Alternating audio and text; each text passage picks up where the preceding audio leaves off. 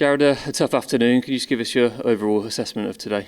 Yeah, disappointing. I think with the way we started the game, the goals that we conceded, the position that we found ourselves in, 4-0 down after 35 minutes is never obviously a good thing. But then at 4-2, we might have thought it would have been a different game. We felt the energy, and it was a lot better from us. And ultimately, we conceded another penalty, and then it's 5-2 going into half time, which is difficult. But then second half, it's almost nothing to lose, and we just needed probably that third goal to give us a little bit more of a boost and a bit more boost in confidence. But ultimately, not a really good day. After coming off the back of Newcastle, disappointed for the game to finish the way it did. And like I said, being 4-0 down at home is unacceptable in this league.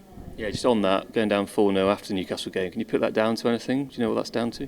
No, just down. Like I said, the goals were probably very easy to avoid. As a team, we made mistakes, and against a top side like Arsenal, you're going to get punished, and they punished us. Is there a little bit of frustration with some of the decisions and the goal kicks and things like that, and maybe the second penalty that was obviously quite a big turning point? I think the second penalty, because I've seen one of those at Old Trafford with, I think it was Wolves, and didn't get given. So it's one of those where it's a little bit of a frustrating decision that's gone against us in terms of consistency. But ultimately, those decisions, we have to deal with those decisions, and we're going to get some decisions like that in the stage of the league this season. But like I said, I think the position that we put ourselves in on the back of Monday night was not acceptable. What was the conversation at half time? And yeah, like you say, some positives to take from that second half performance.